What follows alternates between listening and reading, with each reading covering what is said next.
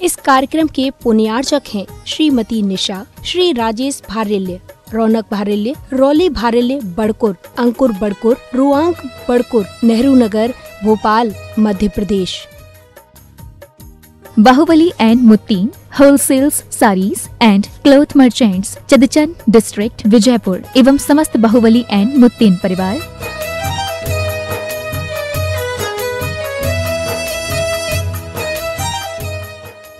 महावीरा ज़ीरोन, आपकी हर फसल का विश्वास। महावीरा ज़ीरोन 5 in 1 के साथ किसानों की खुशी हमारे लिए सर्वोपरि है।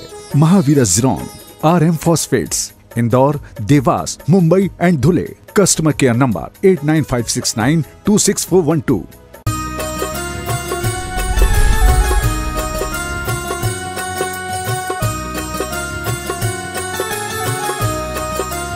बोले देवादिदेव श्री आदिनाथ भगवान के, देवादिदेव श्री चंदापर भगवान के, देवादिदेव श्री चिंतामणि पार्श्वनाथ भगवान के, संत शिरोमणि गुरुवराचार्य श्री विद्यासागर जी महाराज के, प्रमाणिक संत गुणायतन पीड़िता शंका समाधान भावना प्रवर्तक जन जन के संत प्रखर वक्ता बोले परम पूज मुनि श्री 160 प्रमाण सागर जी महाराज के, मुनि श्री शीतल सागर जी, निर्वेक सागर जी महाराज के। तीर्थराज संदेश शिखर की तलहटी में स्थित गुणायतन परिसर से हम और आप टीवी चैनल का बहुचर्चित विश्व विख्यात संघ का समाधान का कार्यक्रम प्रारंभ करें। उसके पूर्व गुणायतन और श्री सेवायतन परिवार आपका हार्दिक अभिनंदन स्वागत करता है। चलते हैं प्रतिदिन की भांति परम पूज्य मुनिवर के श्री चरणों में नमन करते हुए आशीर्वाद प्राप्त करेंगे, नमन करेंगे और निवेदन करेंगे शंका समाधान के कार्यक्रम के लिए पारस चैनल, जनवाणी चैनल, प्रमाणिक ऐप के माध्यम से जिस कार्यक्रम को देख और सुन उन सभी की ओर से और पूरे भारतवर्ष से श्रावक श्राविका जो यहाँ पर उपस्थित है उन सभी की ओर से परम पूज्य मुनि संघ के श्री चरणों में नमन करते हुए आशीर्वाद प्राप्त करेंगे और निवेदन करेंगे शंका समाधान के कार्यक्रम के लिए दोनों हाथ जोड़ लें। बोलेंगे हे मुनिवर नमोस्तु, हे गुरुवर नमोस्तु, हे मुनिवर नमोस्तु। आइए गुरुवर के आशीर्वाद से हम और आप शंका समाधान का कार्यक्रम प्रारंभ करें। उसके पूर्व जिन्होंने आज गुणायतन का अवलोकन करते हुए गुणायतन से जोड़ने का सौभाग्य प्राप्त किया है उनके नामों की घोषणा यहाँ से की जा रही है। अगर उपस्थित है अपने स्थान में खड़े होकर गुरुवर का आशीर्वाद प्राप्त करेंगे। कैमरामैन कवर करेंगे और आप तालियों का सम्मान के माध्यम से उनके भावों की अनुमोदना करेंगे। गुणायतन में जिन्होंने स्वर्ण दान देकर अपने जीवन को स्वर्ण प्रदान किया है श्री राम कुमार जी, ममता जी जैन करकविल, इन्होंने स्वर्ण अंगूठी प्रदान की। जोरदार तालियों से सम्मान करें। श्रीमती सविता जी, अभिनंदन जी पाटिल पुणे, श्रुति जी, अतुल जी, सिद्धम जी, अशोक जनरल स्टोर गोटेगांव अगर उपस्थित है अपने स्थान में खड़े होकर गुरुवर का आशीर्वाद प्राप्त करेंगे। और आइए चलते हैं जिन्होंने निर्माण निधि के रूप में गुणायतन से जोड़ने का सौभाग्य प्राप्त किया है लुन करण जी, महिपाल जी काला हैदराबाद, श्री अमिताभ अंजू जी सतना, डॉक्टर अमित जी, श्रीमती नेहा जी रायपुर, सविता जी, अभिनंदन पाटिल पुणे, इन्होंने निर्माण निधि के माध्यम से गुणायतन के जोड़ने का सौभाग्य प्राप्त किया है। अगर उपस्थित है अपने स्थान में खड़े होकर गुरुवर का आशीर्वाद प्राप्त करेंगे और मैं कैमरामैन से चाहूंगा सभी को कवर करेंगे और आप ताली बजाकर इन सभी पुण्यार्जकों का सम्मान करें।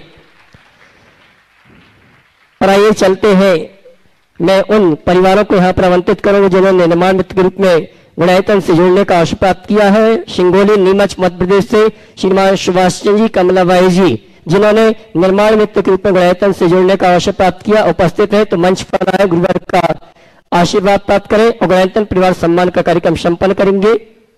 आइए और इनके सम्मान के लिए मैं आवाज दूंगा श्रीमान गुणायतन ट्रस्टी अजीत जी सेठी कोलकाता और गुणायतन ट्रस्टी श्रीमान आशीष जी वंडा ठेकेदार परिवार ये आएंगे। हमारे सम्माननीय श्रीमान सुभाष चंद्र जी, कमलाबाई, सिंगोली नीमच मध्य प्रदेश, उनका गुणायतन परिवार की ओर से सम्मान का कार्यक्रम संपन्न करेंगे। मैं चाहूं आप जोरदार ताली बजाकर इनका सम्मान करें। श्रीमान आशीष जी वंडा और अजित जी सेठी कोलकाता गुणायतन ट्रस्टी दोनों आएंगे। सम्माननीय हमारी श्रीमान सुभाष जी परिवार का सम्मान करेंगे और आप जोरदार तालियां बजाकर इनके भावों की अनुमोदना करें। और आइए चलते इसी क्रम में जिन्होंने गुणायतन में सूत्रधार के रूप में जोड़ने का अवसर प्राप्त किया श्रीमान अखिलेश जी, सरोज जी, अशोक जी, माधुरी, आशीष मेघा जी, मोहित मेघा जी, युविका, शनाया, ईवान जी, जयपुर राजस्थान अगर उपस्थित है तो मंच पर आए और इनके सम्मान के लिए मैं आवाज दूंगा हमारी श्रीमान विमल जी छात्रा गुणायतन ट्रस्टी श्रीमान सौरभ जी वर्खा जी बनारस आएंगे। श्रीमान अखिलेश जी परिवार का गुणायतन परिवार की ओर से सम्मान का कार्यक्रम संपन्न करें। श्रीमान सौरभ जी और विमल जी छात्रा गुणायतन ट्रस्टी आएंगे। और चलते इसी क्रम में अगले सूत्रधार के रूप में मैं आमंत्रित करूंगा श्रीमती मंजू देवी जी, विजय जी, कुणाल जी, रवि जी, कोमल जी वाकलीवाल, हावड़ा पश्चिम बंगाल, जिन्होंने गुणायतन में सूत्रधार के रूप में जुड़ने का अवसर प्राप्त किया, सम्मान सहित मंच पर आमंत्रित है। वे आए, गुरुवर के श्री चरण में नमन करते गुरुवर का आशीर्वाद प्राप्त करेंगे। और उनके सम्मान के लिए मैं आवाज दूंगा गुणायतन ट्रस्टी श्रीमान अशित जी, अर्चना जी, वेनाडा कोलकाता। और इनके साथ मैं आवाज दूंगा हमारे गुणायतन के प्रशासक महोदय श्रीमान सिद्धार्थ जी। और आइए अगले सूत्रधार के रूप में स्वर्गीय मुकेश कुमार जी जन कटंगी जबलपुर की स्मृति में धर्मपत्नी श्रीमती सुनीता जी, सागर मध्य प्रदेश, इन्होंने गुणायतन में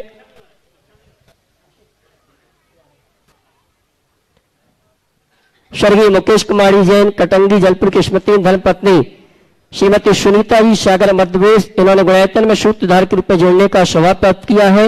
मैं चाहूंगा मंच पर आए, गुरुवर का आशीर्वाद प्राप्त करें। और इनके सम्मान के लिए मैं आमंत्रित करूंगा हमारे गुणायतन परिवार से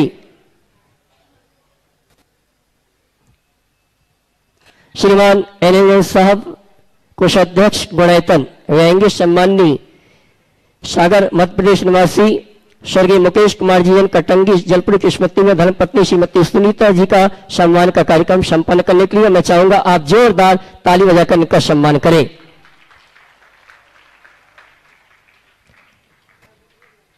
और आइए चलते हैं सम्मान के कार्यक्रम के पश्चात अपने हम प्रारंभ करेंगे शंका समाधान का कार्यक्रम।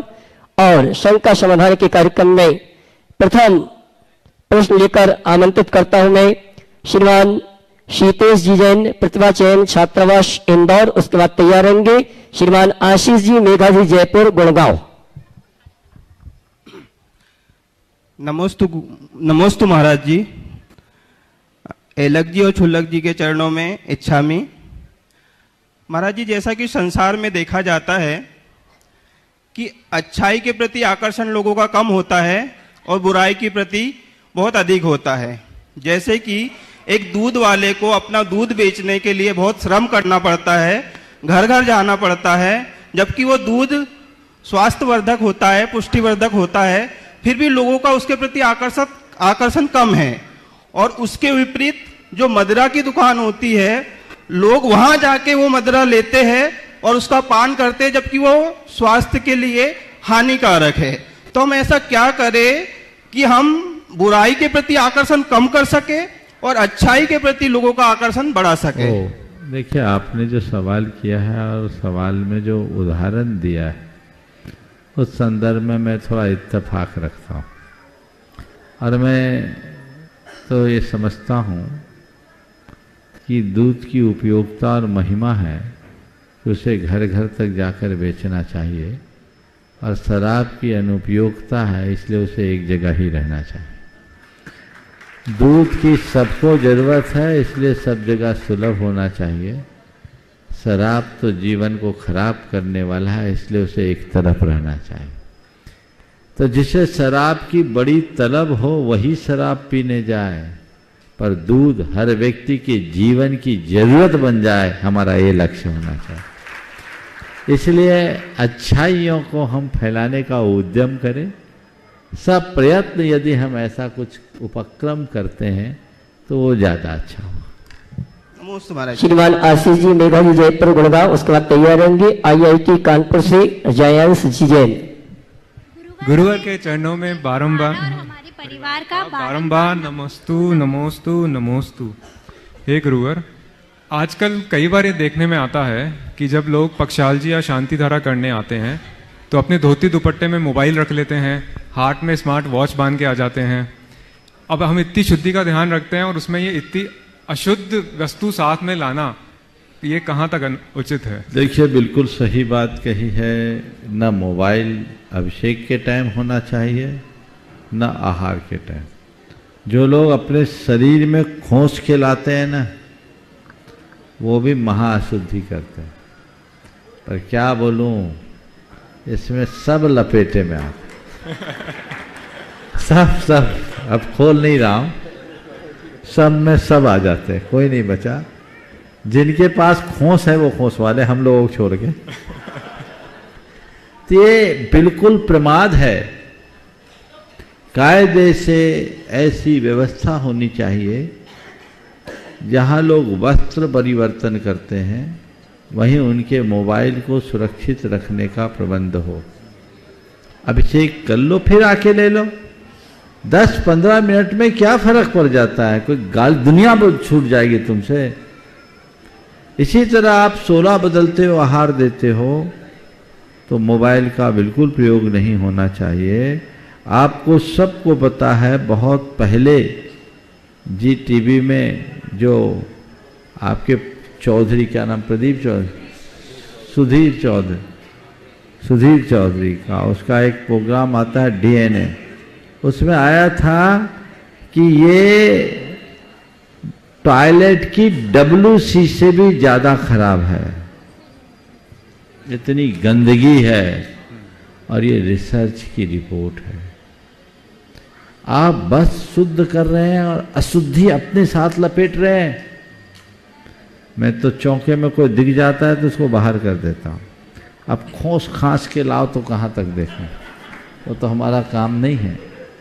लेकिन ये आपको खुद से समझना चाहिए। मैं मन शुद्धि, वचन शुद्धि, काय शुद्धि बोल रहा हूँ, तो मेरी शुद्धि कहाँ है?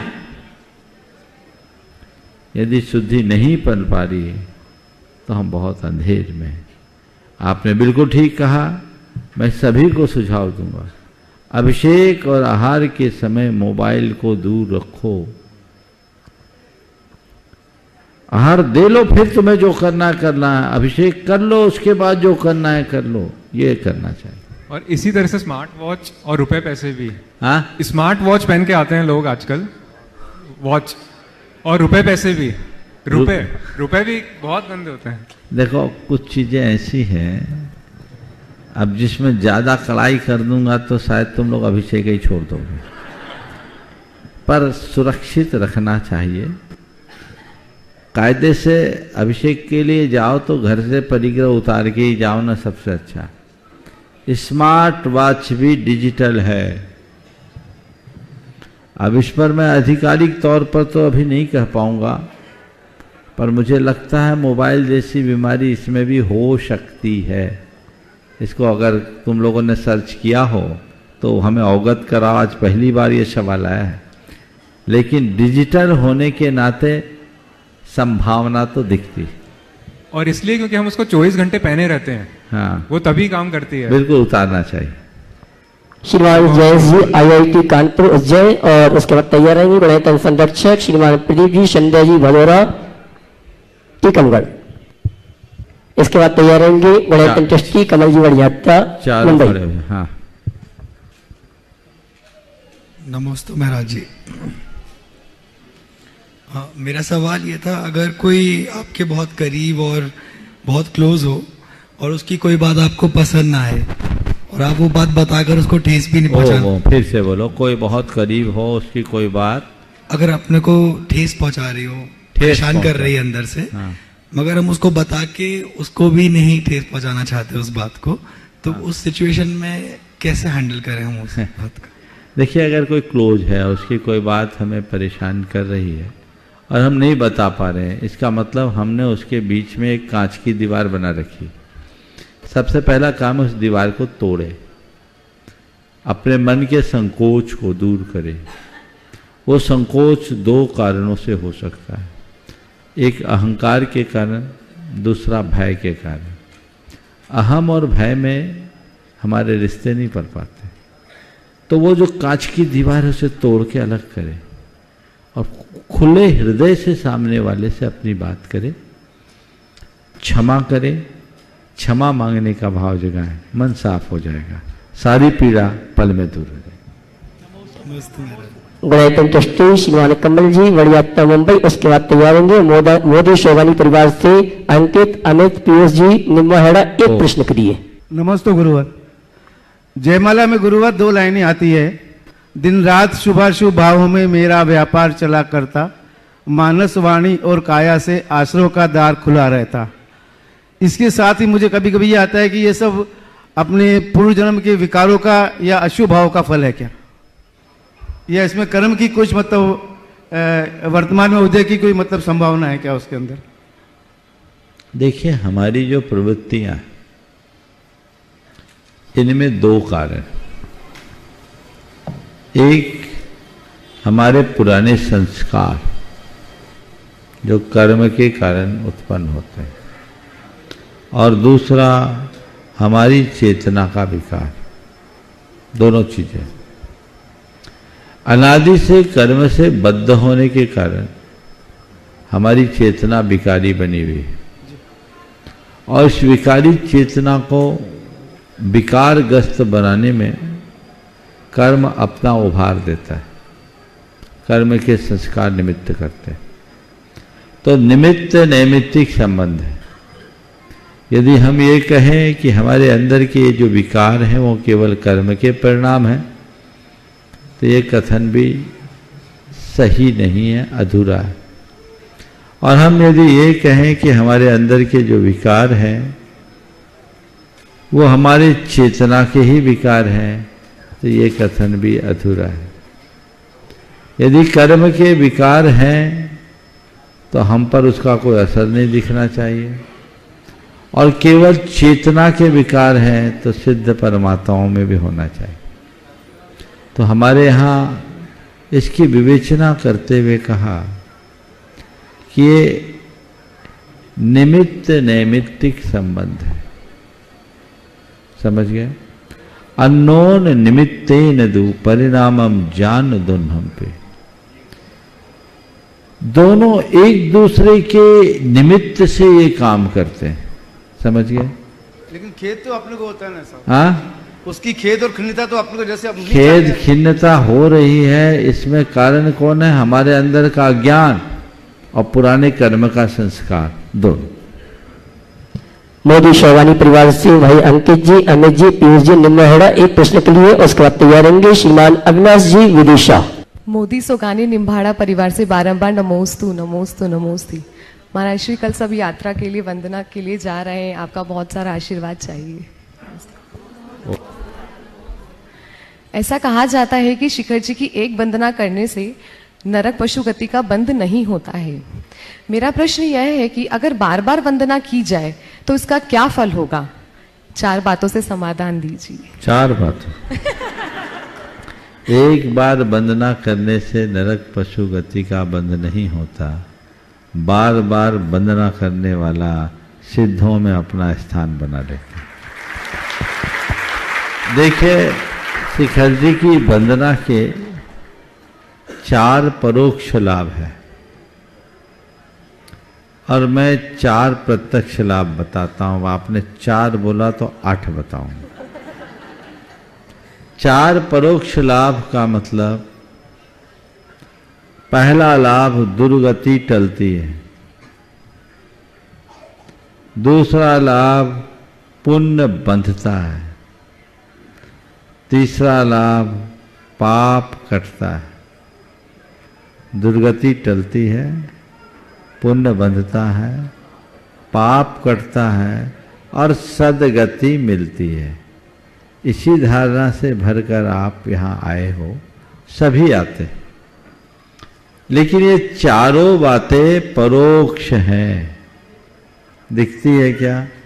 अब दुर्गति सदगति तो मरने के बाद पता लगेगा क्या होगी, और कितना पुण्य बंधा और कितना पाप कटा, ये तो हमारे पास न पुण्य दिखता न पाप, पर ये मिलते हैं।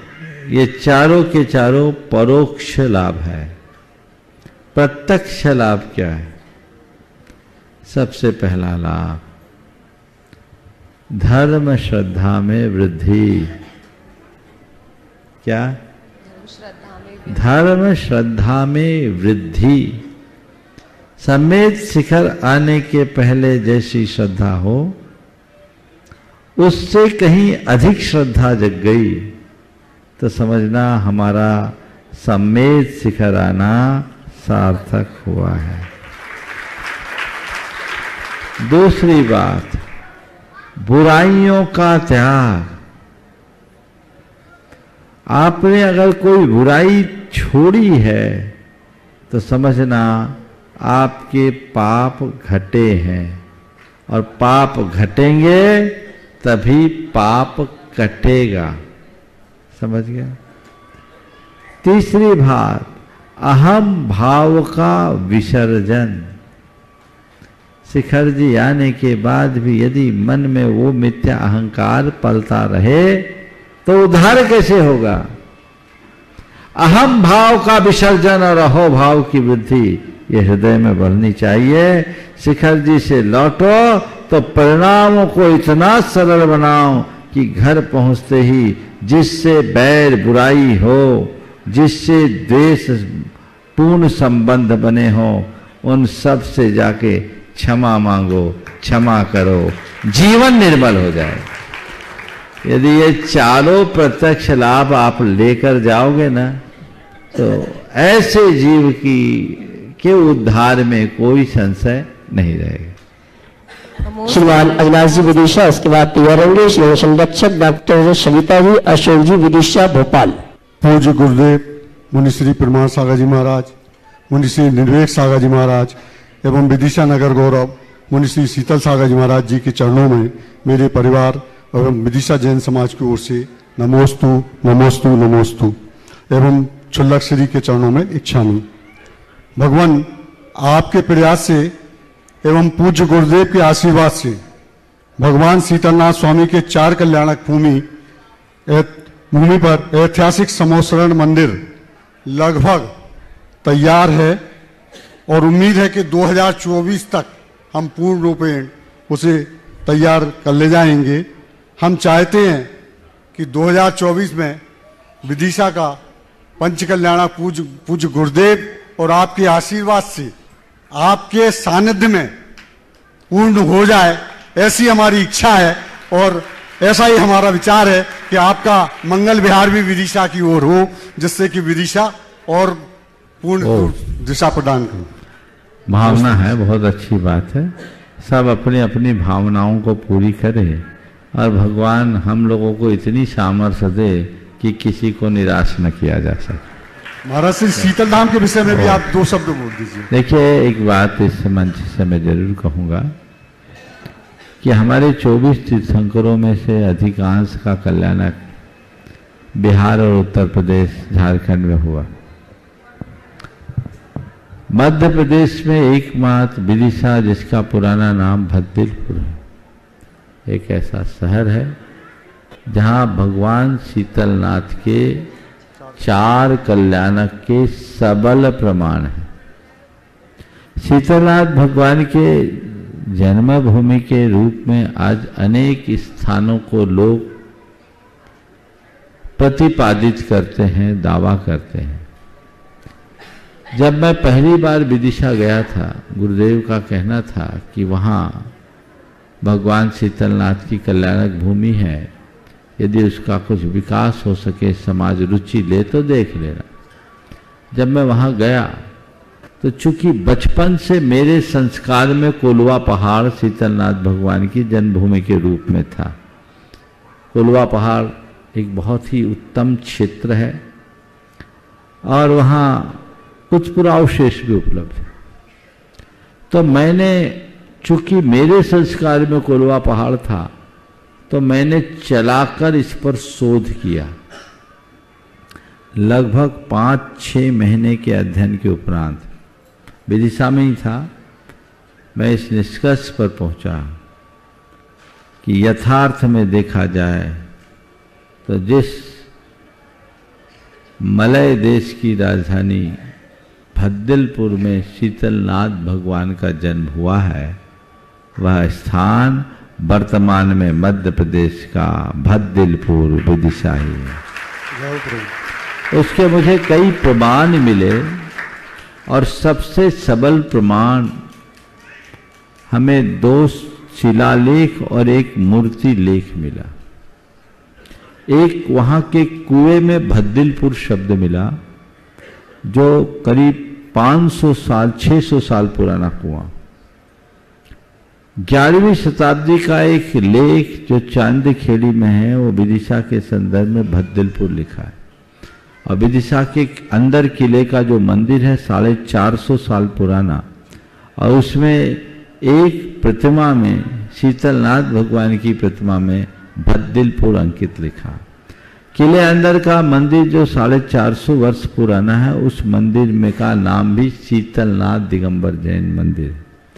तो जब ये अभिलेख ही ये साक्ष्य प्राप्त हो गए और अन्य भी, तो मुझे लगा कि वाकई में यह भूमि तो विदिशा ही है। और तभी हमने एक लेख लिखा था, पावन भूमि भद्दिलपुर विदिशा, एक अध्ययन, और वह प्रकाशित भी हुआ था। किसी तीर्थ को विकसित करना अच्छी बात है, लेकिन तथ्यों के अभाव में हम किसी भी क्षेत्र को कल्याणक भूमि के रूप में प्रतिपादित कर देते हैं तो ठीक नहीं। वर्तमान में भद्दिलपुर के रूप में कोलवा पहाड़ के बाद अब एक डोभी के पास भदुली गांव है, उसे लोगों ने भद्दिलपुर करना शुरू कर दिया। और यहाँ चौपारण के पास जो इटखोरी है, जो भद्रकाली, मुख्य रूप से वो बौद्ध मंदिर है भद्रकाली का, उस स्थान को भी शीतलनाथ भगवान की जन्मभूमि के रूप में वर्तमान में प्रचारित किया जा रहा है। पर मेरे अध्ययन के अनुसार ये स्पष्ट है कि शीतलनाथ भगवान की जन्मभूमि मध्य प्रदेश का विदिशा शहर ही है। जय हो प्रभु। उसे ही समझना चाहिए। और परम पूज्य गुरुदेव के आशीर्वाद से शीतल धाम का निर्माण वहाँ तीव्र गति से हो रहा है। वहाँ अनेक पुरावशेष हैं, पुरातात्विक साक्ष्य उपलब्ध हुए हैं, बड़े समृद्ध है। और अभिलेखीय साक्ष्य से बड़ा और कोई साक्ष्य नहीं होता। मैं इटखोरी भी गया था, वहाँ मैंने वहाँ के म्यूजियम को भी देखा, लेकिन मुझे वहाँ ऐसा कोई अवशेष नहीं मिला जिसके आधार पर कहा जा सके कि ये शीतलनाथ भगवान की जन्मभूमि के रूप में मान्य किया जा सकता है। कोलवा पहाड़ को शीतलनाथ भगवान की तपोभूमि के रूप में देखा जा सकता है। वह हमारा एक सिद्धपीठ है, वह भी एक विशिष्ट तीर्थ क्षेत्र है जिसके समुचित विकास की आवश्यकता और अपेक्षा है। लेकिन भगवान की जन्मभूमि का जहाँ तक सवाल है, तो मेरी दृष्टि में, और मेरी क्या परम पूज्य गुरुदेव की भी दृष्टि में, और अनेक विद्वानों की दृष्टि में, शीतलनाथ भगवान की जन्मभूमि वर्तमान में जिसे विदिशा कहते हैं, इसका पूरा नाम भेलसा, भद्दिलपुर, बेसपुर, ये नाम था पुराना, तो वो विदिशा ही है। डॉक्टर सविता जी, अशोक जी, विदिशा भोपाल। उसके बाद तैयार होंगी गणतंत्र षष्ठी, ठेकेदार परिवार बंडाशी, श्रीमान आशीष जी, श्रीमती नवी जी, श्रीमान आशीष जी। इसके बाद तैयार रहेंगी ब्रह्मचारिणी विनीता दीदी कटंगी, सभी बहनों के साथ। पूज्य मुनीश राज के चरणों में बारंबार नमोस्तु और मंच पर आसीन छुल्लक जी के चरणों में इच्छामी इच्छामी इच्छाई। महाराज जी, मैं अपना प्रश्न रखने से पहले भावना योग के संबंध में अपना कुछ अनुभव कहना चाहती हूँ, यदि आप आज्ञा दें तो। महाराज जी, भावना योग ने मेरे जीवन में हमेशा ही सकारात्मक परिवर्तन किया है, लेकिन इस बार गर्मी के समय पे मुझे डिस्क डेसिसेशन की प्रॉब्लम हो गई थी L4 L5 में, जिस कारण से मुझे इतना दर्द था कि मैं करवट भी नहीं बदल पाती थी। 1 महीने तक मेरा बेड रेस्ट चला। डॉक्टर को दिखाया, डॉक्टर ने कहा कि इसका लास्ट आपको उपाय ऑपरेशन ही है, क्योंकि इसमें दवाइयों से ठीक नहीं होती ये बीमारी। तब महाराज जी, मुझे इतनी छोटी उम्र में मैं ऑपरेशन तो कराना नहीं चाहती थी। तब मैं भावना योग तो मैं रोज करती हूँ, लेकिन मैंने दोनों टाइम दृढ़ विश्वास के साथ महाराज जी भावना योग करना शुरू किया। और आज महाराज जी 4-5 महीने हो गए हैं, मैं अपने छठ आवश्यकों का पालन, स्वाध्याय करना, पूजन करना जमीन पर बैठ के ही बहुत अच्छे से करती हूँ महाराज। जबकि डॉक्टर ने कहा था आप जमीन को टच भी नहीं करेंगे, ना बैठ सकते हैं ना कुछ। अब 3-3, 4-4 घंटे महाराज जी मैं धर्म करती रहती हूँ, तो जमीन पर बैठ के सारी क्रियाएं पहले जैसी चल रही हैं, मुझे इतना सा भी दर्द नहीं है। तो महाराज जी मेरा प्रश्न ये है कि भावना ही वंदना पैदल। हाँ महाराज जी, वंदना भी कल आए थे, कल ही आए और कल ही हमारी वंदना भी हो गई महाराज जी, बहुत अच्छे से पैदल और इतना सा भी दर्द नहीं हुआ महाराज जी कमर में। तो महाराज जी मेरा जब से मैंने भावना योग दृढ़ विश्वास के साथ करना स्टार्ट किया तो तब से ही मैं आपसे मतलब ये पूछना चाहती थी कि महाराज जी भावना योग में ऐसा कौन सा एंटीबायोटिक है कि मतलब उसको करने से हर दुख दर्द दूर हो जाता है। देखिए, इस बहन का जो अनुभव है ये आपका अनुभव भी हो सकता है। आपने पूछा भावना योग में ऐसा कौन सा एंटीबायोटिक है।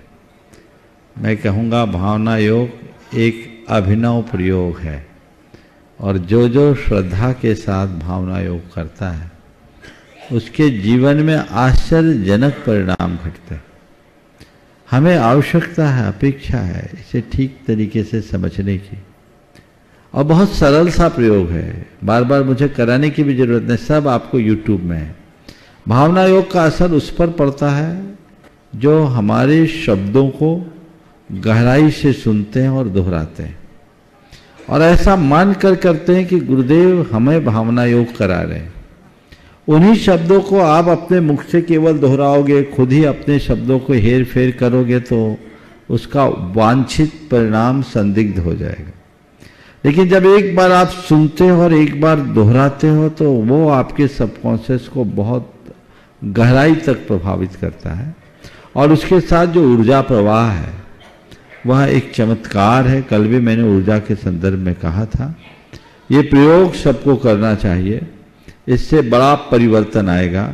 और एक प्रयोग और मैं अभी कर रहा हूँ, कुछ दिन में खुद करूँगा, फिर आप लोगों को बताऊँगा कि इसमें और क्या परिवर्तन किया जा सकता है। लेकिन ये एक बहुत बड़ा कीमिया है हमारी सारी बीमारियों को नियंत्रित करने का। ये बात मैं आप सबसे कह सकता हूँ कि बीमारियाँ सेटल हो जाने के बाद बहुत ज़्यादा असर नहीं पड़ता, लेकिन उसका लाभ इतना होगा कि वो बढ़ेगी नहीं, जहाँ वहीं रुक जाएगी। और प्रारंभ में ही अगर आपने कर लिया तो बीमारी जड़ से उखड़ जाएगी, जैसे इस बहन ने किया। तो ये आप लोगों को देखना है। अब आपका जो आलस है वही आपका सबसे बड़ा शत्रु है। करना कोई नहीं चाहते, अब कौन करे। आज 45 मिनट का भावना योग, इतना तो समय नहीं, तो पड़े रहो, हमें क्या करना। आप ये मान के चलिए कि अगर आप 45 मिनट का भावना योग, हालांकि 25 मिनट का भावना योग भी सुलभ है, अगर आप देते हैं, हाँ ठीक है जो भी हो, तो अगर आप आधा घंटा भावना योग के लिए देते हैं ना, तो आप शेष 23 घंटे में 46 घंटे का काम कर सकोगे। आपकी वर्क एफिशिएंसी, कार्य क्षमता बढ़ेगी और आप और अधिक बेहतर परिणाम देंगे, क्योंकि उससे आपकी सकारात्मकता बढ़ेगी। लेकिन मैंने महसूस किया है, जितने मेरे ज़्यादा निकट में रहने वाले लोग हैं ना, उनको भावना योग में उतना विश्वास ही नहीं, वो करते ही नहीं, बस अपनी बीमारियों का रोना रोते रहते हैं। कह दो करो तो हाँ महाराज करेंगे, लेकिन करने की फुर्सत ही नहीं निकाल पाते। दूर दूर रहने वाले ऐसे ऐसे लोग जिन्होंने कभी दर्शन नहीं किया, और वो जब इस मंच से आकर अपने इस भावना योग के प्रयोग का अनुभव सुनाते हैं, हृदय गदगद हो जाता है। आप लोग क्या कर रहे हैं? आप लोग जागिए, खुद इसे अपने अनुभव में लाइए और औरों को प्रेरित कीजिए, ताकि देश का उद्धार हो सके, समाज का कल्याण हो सके। ये भावना योग केवल जैनों के लिए नहीं है, ये जन जन के लिए है, सबके लिए प्रयोग किया जाए। शंका समाधान के शरण में उपस्थित सभी दीदी बहन विनीता दीदी कटंगी के साथ, उसके बाद आवाज दूंगा श्रीमती सीमा जी अमर पाटन। कटंगी में विराजमान पूज्य आर्य का उपशांत मती सत्संग का और हम सभी का मुनित्रय के चरणों में नमोस्तु। महाराज श्री प्रश्न आचार्य गुरु जी के प्रवचन से है। जब भद्रबाहु स्वामी दक्षिण में गए थे, लौट रहे थे, तो प्रसंग आता है कि देवों ने उनको आहार कराया था। तो कितने वर्ष तक उनने आहार कराए हैं, और क्या भद्रबाहु स्वामी को भी आहार कराए हैं या चंद्रगुप्त महाराज जी को? देखिए, कथाओं में है, कितने वर्ष का तो पता नहीं चलता, और भद्रबाहु महाराज तो तपस्या में थे। चंद्रगुप्त मौर्य के लिए, चंद्रगुप्त महाराज जो विशाखाचार्य थे उनके लिए आता है। अब इनकी कितनी कालावधि है वो तो भद्रबाहु चरित्र को अगर देखो तो शायद मालूम पड़ जाए, उसमें मालूम पड़ेगा। नमोस्तु महाराज। श्रीमती सीमा जी अमर पैटर्न, उसके बाद गुणायतन ट्रस्टी श्रीमान अजित जी शशि जी सेठी कोलकाता। तो नमोस्तु नमोस्तु। ये लक्षुल्लक जी के लिए इच्छामी इच्छामी इच्छामी। नमोस्तु गुरुवार। गुरुवार मेरे असाता कर्म के उदय से मेरे पुत्र की दोनों किडनी फेल हो गई थी, लेकिन आपके आशीर्वाद से दोनों मेरे बेटे का एक नया जीवन मिला है। भावना योग और शांति विधान भी हम बराबर करते आ रहे थे उसके, और मेरे बेटे का ऑपरेशन हो गया है। ये आपका आशीर्वाद हमेशा मिलता रहे। प्रश्न यह है कि मेरे घर में लगातार किसी न किसी का स्वास्थ्य खराब रहता है, परेशानी बनी रहती है। कौन से कर्म का उदय है और इसका निवारण कैसे हो, समाधान करें। नमस्ते। देखिए, सबसे पहले तो मैं कहूँगा कि अपने बेटे से भावना योग को नियमित जारी रखने के लिए कहो। इसी सभा में पिछले साल महाराष्ट्र का एक युवक व्यक्ति आया था जिसकी सप्ताह में 2 डायलिसिस होती थी, और इस सभा में वो बोल करके गया मैं भावना योग करता हूँ, महीने में 1 डायलिसिस हो रही, और वो व्यक्ति पैदल वंदना करके उतर के गया। ये है, उसकी क्लिप अगर विजय अभी उपलब्ध हो तो दिखा सकते हो, दिखा दो। है संभव? नहीं है, निकाल लेना, कल परसों दिखा देना। तो इसी सभा में सबने देखा। तो भावना योग जारी रखे। किडनी ट्रांसप्लांट होने के बाद काफ़ी सावधानियां रखनी पड़ती है, और ऐसी भावना भाव कि बिल्कुल वो स्वस्थ है, मस्त है। आपने जो कहा कि मेरे परिवार में कोई ना कोई बीमारियां, संकट लगे रहता है, इसका क्या कारण है? ये तीव्र अशाता और अंतराय कर्म का उदय दर्शाता है। यानी ऐसा लगता है कि आपके अशाता और अंतराय कर्म का वेग चल रहा है। इससे बचने के 2 ही उपाय, जैन भगवान की पूजा और पात्र दान। शक्ति के अनुसार पूजा तो आप नियमित कर ही सकते हैं, करते हैं महाराज जी। शक्ति के अनुसार दान दो और दान का अनुमोदन करो। सिद्ध चक्र की आराधना करो। देखिए, सिद्ध चक्र की आराधना का एक अनुभव आपको बताता हूं। एक परिवार, जिनके परिवार में साल में 2-3 एक्सीडेंट होते ही थे, नाम भी ले लेता हूं, अपने कटनी के प्रेमी परिवार, वो 3 साल से परेशान थे, क्योंकि जुड़ा हुआ परिवार है। उन्होंने मुझसे कहा महाराज जी ऐसा होता है, चक्कर लगा है, कुछ क्या करें? तो मैंने कहा तुम एक सिद्ध चक्र विधान कराओ संस्कृत वाला, तुम्हारा ये सब व्यवधान दूर होगा।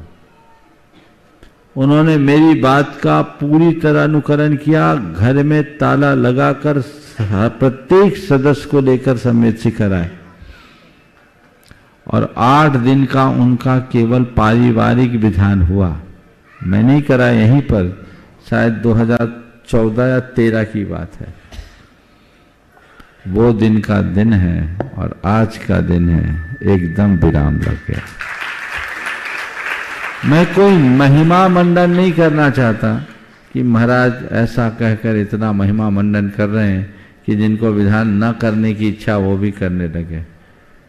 मैं इसलिए नहीं बोल रहा हूं, पर मैं आपका विश्वास जगाना चाहता हूं कि सिद्धों की आराधना करने से शुद्धि भी होती है और सिद्धि भी होती है। हमारे अशुभ कर्म का निवारण होता है, ये श्रद्धा अंदर में जगा, तब काम होगा। क्योंकि इसके अलावा तुम्हारे पास और कोई अस्त्र भी नहीं है जिससे कर्म को काट सको।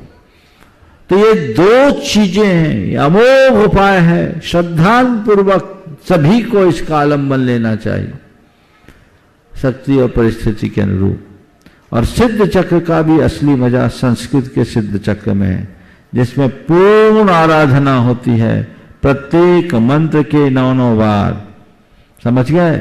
और तुमसे भी मैं कहता हूं, आ जाओ, विधान यहाँ हो या व्यवस्था हो जाएगी। जी महाराज। तुम्हारा सारा अलाई बलाई दूर हो जाएगा, इस विशुद्धि के साथ करो। और कमेटी से मैं कहता हूँ इनके लिए विशेष प्रावधान करवा देना, भैया जी हैं कमेटी तो यहाँ, तो हो जाए पूरा विधान। बिल्कुल मगन होकर करो, कष्ट कर्म निवारण के लिए अपनी शक्ति के अनुरूप योगदान करना और विधान को उत्साह के साथ करो। उसके बाद देखो कभी तुम ही इस मंच से अपना अनुभव बताओगे, लोगों को आश्चर्य होगा।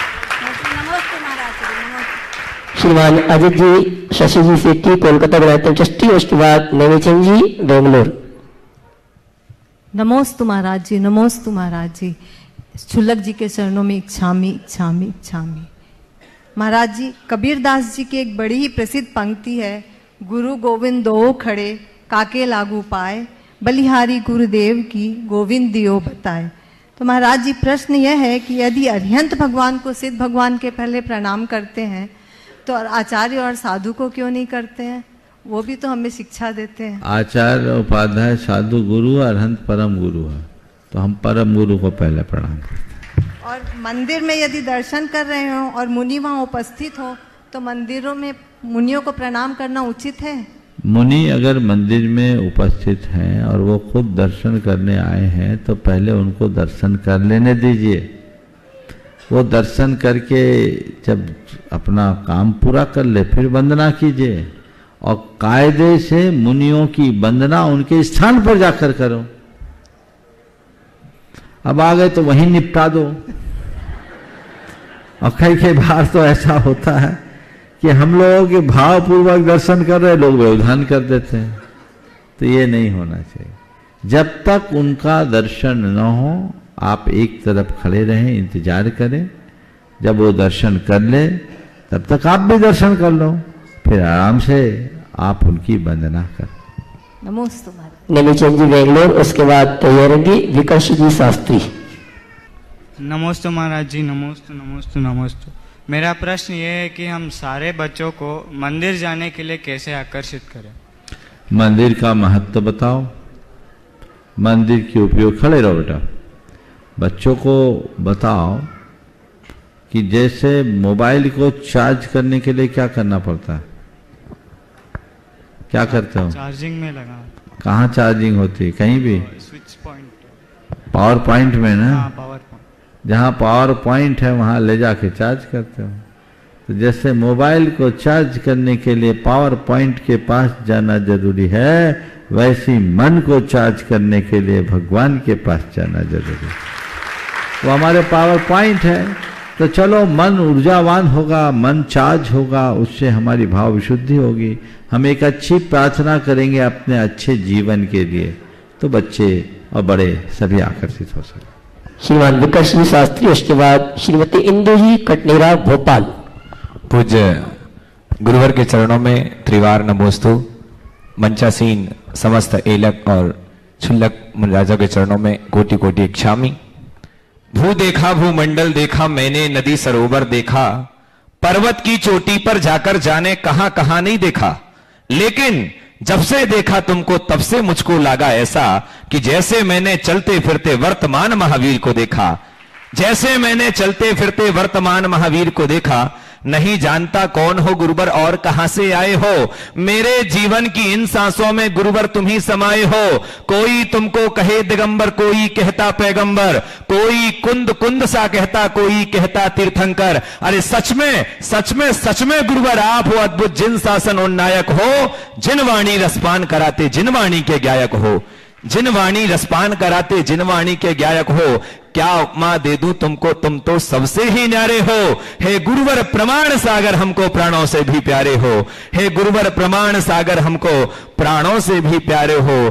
कैसे मैं गुणगान करूं, ये बालक तो अज्ञानी है। क्या सागर को मालूम नहीं किस बूंद में कितना पानी है? समय सार का सार तुम्ही हो, जिन शासन आधार तुम्ही हो, जिन शासन के सूरज चंदा वर्तमान भगवान तुम्ही हो, तुमसे ही तो हम हैं गुरुवर, जैसे जड़ से होता तरुवर, तुम बिन जीवन लगे अधूरा, तुम करते सपनों को पूरा, तीर्थंकर के दूत तुम्ही हो, जिन वाणी के पूत तुम्ही हो, मुक्ति भदु के कंत तुम्ही हो, भविष्य के अरिहंत तुम्ही हो, और हमें झलकते गुरुवर ऐसे परम सिद्ध भगवंत तुम्ही हो, हमें झलकते गुरुवर ऐसे परम सिद्ध भगवंत तुम्ही हो। गुरुदेव के चरणों में एक शंका है कि गुरुदेव, किसी ने कहा कि पैर की मोच और ओछी सोच व्यक्ति को आगे बढ़ने नहीं देती है। अमूमन देखते हैं कि जब व्यक्ति छोटी छोटी दुकानों में जाता है, सब्जी वाले के पास जाता है तो वहां कम कराता है, लेकिन जब ब्रांडेड किसी शोरूम में जाता है तो बिल्कुल फिक्स रुपए देके आता है, जितना कहता है, एफ और बट की कोई बात नहीं होती है। लेकिन जहां भी सब्जी वाले ठेले वाले यहां पर जाता है तो बार्गेनिंग करता है। तो गुरुदेव, हम अपनी उस ओछी सोच को ऊंची सोच कैसे बनाएं? कृपया मेरी शंका का समाधान करें। नमस्ते गुरुदेव। छोटी सोच को ऊंची सोच में कैसे बदले, बड़ा ही अच्छा सवाल है। सबसे पहले तो आपने जो उदाहरण दिया, मैं अपनी बात उसी उदाहरण से आगे बढ़ाना चाहूँगा। आपने कहा सब्जी लेते समय 2 रुपए की सब्जी लेता है और आदमी 1-2 भिंडी, कोई टमाटर उठा लेता है, और ऐसा करोड़पति लोग भी कर लेते हैं। और ब्रांडेड दुकानों में वहाँ कुछ भी नहीं होता, सब कुछ फिक्स होता है। मैं इसे दूसरे नज़रिए से देखता हूँ। सब्जी में एक आध ले लिया जाता है, इसका मतलब ये समझना चाहिए कि सब्जी बेचने वाला उदार दिल है, उसे एक आध से फर्क नहीं पड़ता। और ये जो बड़े बड़े शोरूम में बैठे लोग हैं, उनका दिल भी छोटा है और अंदर की सेहत कमजोर है, थोड़े में कुछ फर्क पड़ सकता है, इसलिए वहां इफ नहीं। तो मैं अपेक्षाकृत ये मानूंगा कि बड़े बड़े शोरूम में बैठने वालों से अच्छे सड़क के किनारे सब्जी बेचने वाले हैं। सब्जी बेचने वाले इतने बड़े हैं कि उसके यहाँ आने वाला करोड़पति भी याचक बन रहा है।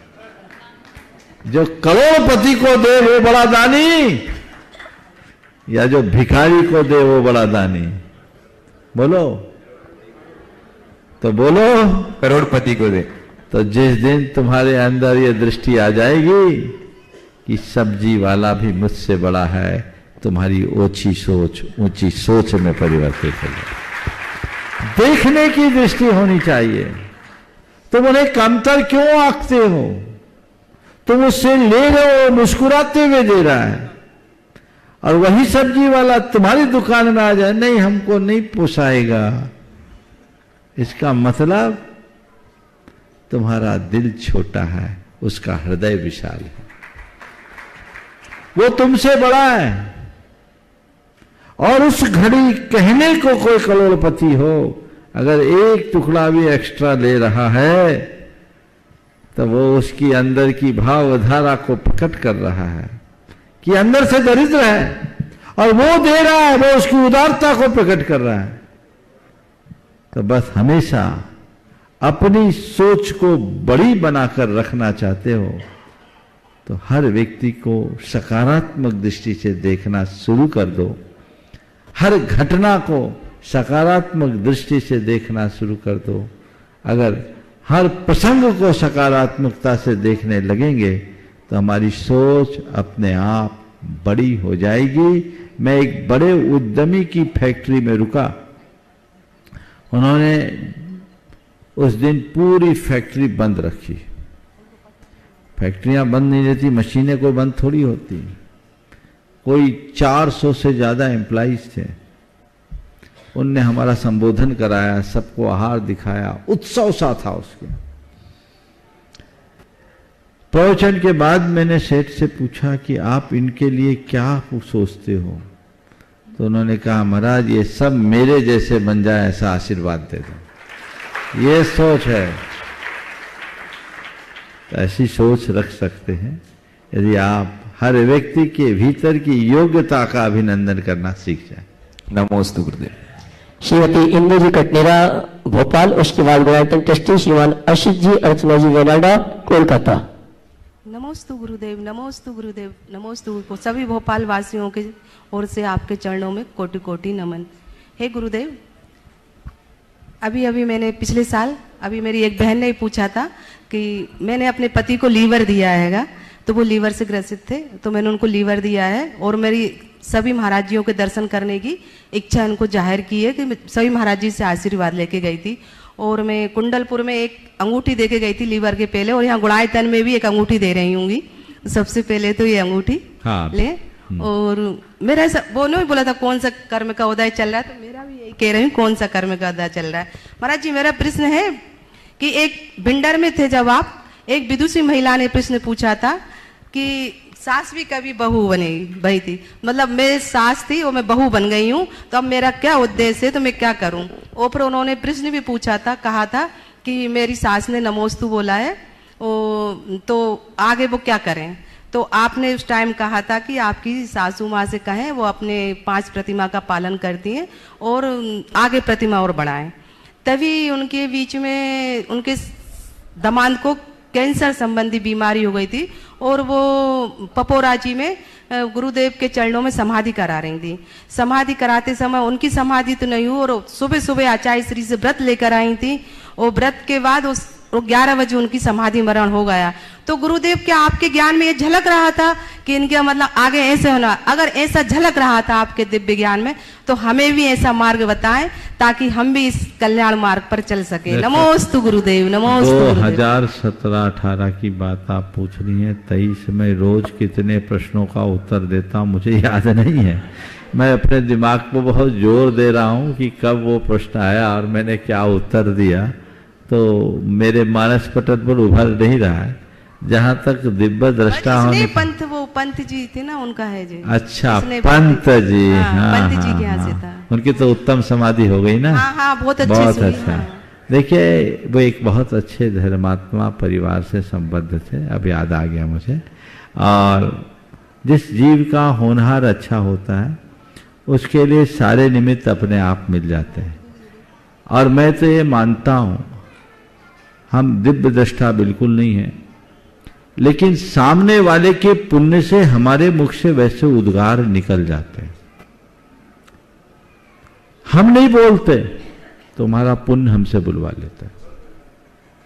अगर किसी का भला होना होगा तो अपने आप हमारी वैसी बुद्धि चलेगी और वैसे उद्गार निकलेंगे और वो सामने वाला स्वीकार लेगा, उसका उद्धार होगा। ध्यान रखना, गुरुओं के वचनों में कोई ताकत नहीं, ताकत तो सामने वाले की श्रद्धा की है। आप वो जगाओ, अंदर वो श्रद्धा भाव जग जाए तो जीवन पलट जाए। और मेरा ऐसा एक नहीं अनेक अनुभव है, कई प्रयोग मैंने किए। किसी व्यक्ति को देखकर मन में भाव आया, उसको ऐसा बोल दूं, और बोला, उसके पहले का कोई अनुभव नहीं। पर मैं जब भी कोई बात बोलता हूं तो बड़े कॉन्फिडेंस के साथ बोलता हूं, क्योंकि अंतर्मन से बोलता हूं, बिना किसी स्वार्थ लाग लपेट के बोलता हूं। और मैंने बोला, उसने फॉलो किया और वो परिणाम आ गया जिसके बारे में हमने भी नहीं सोचा था। तो हो सकता है उस समय मैंने उनके भवितव्य को का निमित्त पाकर बोला हो और वो उनके कारण में उसके कारण बन गया। तो मैं तो अपने आप को हर स्थिति में केवल एक निमित्त मानता हूं, और आप सबसे भी कहता हूं, गुरुजन एक सबल निमित्त होते हैं, बशर्ते तुम्हारे हृदय में श्रद्धा भाव हो। गुरुओं के चरणों में जाओ तो फिर अपनी बुद्धि को एक तरफ रख दो, और यदि वो किसी भले के लिए तुमसे कहते हैं तो उसे स्वीकार लो। अभी मैं आपसे क्या बताऊं, एक व्यक्ति अभी मेरे पास आया कुछ महीने पहले, पूरा कटवा कर आया था। बोले क्या हो गया? बोले महाराज आपकी बात को न मानने का फल। उस समय हमेशा कहता था, गुटखा बहुत खाता था, भैया छोड़ दे छोड़ दे छोड़ दे, नहीं छोड़ा, कैंसर हो गया। मैंने बोला महाराज जी अब तो सामान्य रूप से बहुत कम हम किसी को बोलते कि भैया छोड़ो, मैं किसी को नियम नहीं देता, लेकिन लोग नियम लेते हैं। एक बार उनके परिवार के लोगों ने मुझसे कहा, महाराज जी आप इनका गुटखा छुड़ा दो, खाते सोते भी तो खा के सोते, मुंह में डाल के सोते। मैंने बोला ये छोड़ दे, कहीं कुछ गड़बड़ हो गया तो क्या होगा, रोज कैंसर होता है, कुछ भी हो जाए, तुम्हें हो गया तो सोचो क्या होगा। उस व्यक्ति ने कहा, महाराज अगर आपकी बात मान ली होती तो बहुत अच्छा होता। आपने कहा 6 महीने बाद तकलीफ हुई, कैंसर डिटेक्ट हो गया, ये तो अच्छा हुआ, समय पर मालूम पड़ गया तो सर्जरी हो गई, मैं बच गया। अभी क्या है, इसलिए आप लोगों से मैं कहना चाहता हूं, गुरुओं के वचन को हल्के में मत लेना। अगर वो उनके मुख से कुछ तुम्हें संबोधन मिलता है, मार्गदर्शन मिलता है, तो उसे अपने लिए कल्याणकारी मानकर स्वीकार लो, उद्धार होगा। समझ गए? वो तुम्हारा भला होगा। लेकिन क्या बताऊं तुम लोगों की कहानी। मैंने एक दिन कहा था कि नाई के पास हजामत बनाने जाते हो, उसके हाथ में उस्तूरा होता है, फिर भी वो कहता गर्दन झुकाओ, तो बिना संकोच के तुम झुका देते हो। इफ बट कुछ नहीं होता है। नाई के हाथ में उस्तूरा है, वो तुम्हारी हजामत बना रहा, बाल बना रहा, गर्दन पर उस्तूरा चला रहा है, तुम गर्दन झुकाए हो क्योंकि तुमको भरोसा है नाई पर गुरुओं के वचनों पर नाई जैसा भी भरोसा नहीं तो क्या हाल होगा, थोड़ा सोचो। तो अपना रास्ता प्रशस्त करना चाहिए, तभी हमारा उद्धार होगा। समय आप सबका। महाराज जी आज मैं वंदना के लिए गई थी, वो पीछे गाड़ी से स्लिप होकर गिर गई, तो और आपके आशीर्वाद से मैं यहाँ पुनः उपस्थित हो गई, वंदना भी मेरी हो गई। आशीर्वाद चलिए। बोलिए परम पूज्य आचार्य गुरुवर श्री विद्यासागर जी। जय जय जय।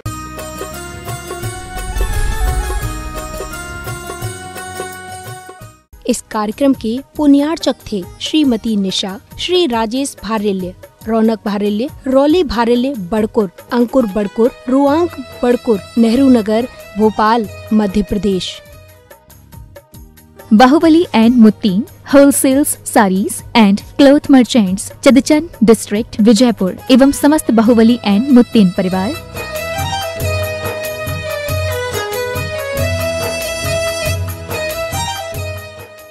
महावीरा ज़ीरोन, आपकी हर फसल का विश्वास। महावीरा ज़ीरोन 5 in 1 के साथ किसानों की खुशी हमारे लिए सर्वोपरि है।